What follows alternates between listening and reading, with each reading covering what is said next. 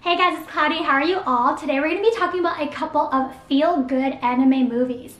These are movies that helped me relax a lot when I'm feeling stressed or anxious.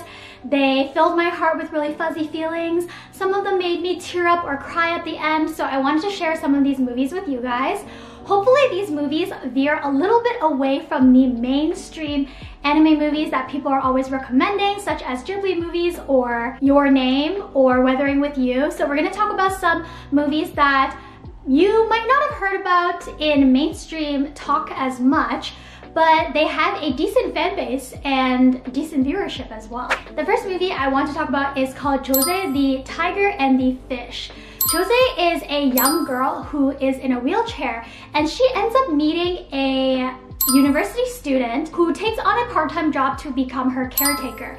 Because Josee has been living with her grandmother for the longest time, her grandmother hasn't had the stamina to take her granddaughter out everywhere in the city, so mostly Josee has been stuck in her regular neighborhood. But after she meets our main character, Tsuneo Suzekawa, Tsuneo helps her fulfill a lot of things she had on her bucket list and also things that she wanted to see around the city, and he has the energy to sort of keep up with her. He's able to take care of her and lift her out of the wheelchair when she needs additional help. They end up bonding together a lot because they share a lot of intimate moments together as they check off things throughout the city. The show focuses a lot on the themes of chasing your dreams and how you can achieve your dreams even though there are obstacles along the way. And should you achieve your dreams if it's going to be such a difficult path ahead? For Josee, she is inspired to become an illustrator, and because of her disability, she has struggled a lot with her self-confidence and also with the feeling of courage to be able to venture out in the real world and get her own job. For Tsuneo, he's always really been easygoing, and when he does experience hardship, he becomes kind of discouraged from that, and they sort of depend and rely on each other to find the strength to chase their dreams and goals. The second one I want to talk about is called The Boy and the Beast, which is a film by Mamoru Hosoda. Mamoru Hosoda is a very famous anime movie director, and you've probably seen his movie like Summer Wars or The Girl Who Leapt Through Time. I think a lot of people had really high expectations going into The Boy and the Beast because of those really popular and acclaimed films. For Boy and the Beast, I think it's a really wonderful supernatural action movie that delves into the relationship between a teacher and a pupil, and also a father figure and a pseudo son. We follow a 9-year-old boy named Ren, who is basically an orphan who's living on the streets. He wanders into a supernatural realm filled with beasts called Shibuten. In Shibuten, he ends up becoming the pupil of a beast called Kumatetsu.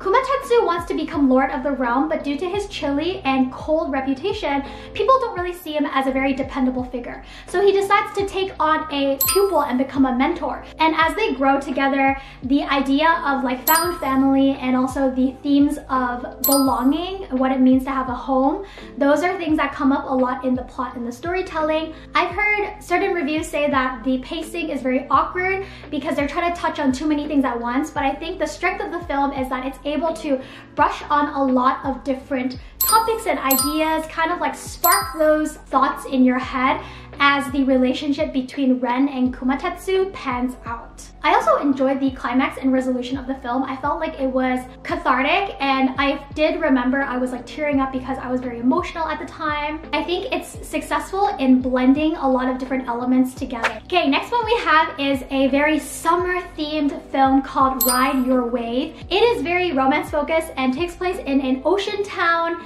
that follows a girl named Hinako Mukaimizu. She attends a college next to this ocean seaside town so that she can surf all the time.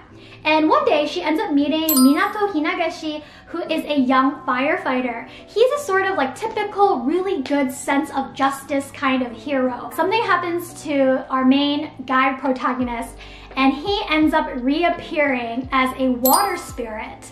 Whenever Hinako sings their song to any body of water, he will reappear. The interesting aspect is that she is kind of going through this journey of grief and also trying to figure out why she can interact with a water spirit. People find the movie to be a little bit jarring, and the pacing is a little bit strange because most of the time there's this girl running around the city trying to go on dates with this water spirit boyfriend. But I think a lot of the show actually deals with the fact that she is sort of stuck in the past. She's stuck in the moment of time when she was with Minato and everything was normal, and when she experienced a really huge change, she wasn't able to deal with it very well. Either she's hallucinating this water spirit, or it's an actual water spirit, which calls into some magic or fantasy elements into the movie. She does rely on her partner for the majority of the show, and I feel like the ending of the movie is what pushes her to come into her own and step into her own shoes to take agency of her life. The last one I want to talk about is called Omoi, Omoware. It is based off a manga series from a very, very famous mangaka called Sakisaka, who created Aoharu Ride and also Strobe Edge. For people who have been on my channel for a very, very long time, I always talk about Strobe Edge and Aoharu Ride. I love the manga style so much. Even though manga is in black and white, when I read Sakisaka's work, I feel like I'm absorbed into this pastel, dreamy shoujo landscape. So I was very ecstatic to find out that one of her manga series got animated into a movie. But there are a lot of criticisms that come with this movie, which is why I'm recommending the movie, but I'm also encouraging you guys to go read the manga, because the manga has so many ins and outs. The pacing is much slower, and it takes a lot of time for the characters to open up and actually get closer emotionally. Versus in the movie, the pacing is very fast and they're jumping here and there. There's too much going on in the series for them to shove all of that into a movie. So now that I've gotten all the introduction stuff out of the way, I want to talk a bit about the show. The show follows a girl named Yuna Ichihara. During spring break, a lot of stuff happens to her. She sends her best friend off, she meets a new neighbor named Akari Yamamoto, and she meets a boy who looks like a character, a prince from her shoujo manga. At school, she realizes that the prince that she met is actually her neighbor, Akari's older brother. And Akari realizes that she has a crush on Yuna's childhood friend, Kazuomi Inui. So there's a sort of like love triangle, love square setup from the beginning of the story. As the chapters in the manga unfold, there are certain secrets and motivations that each of the characters have which slowly get revealed. I think compared to Strobe Edge and Aoharu Ride, I felt like Omoi Omoware had a much slower pace.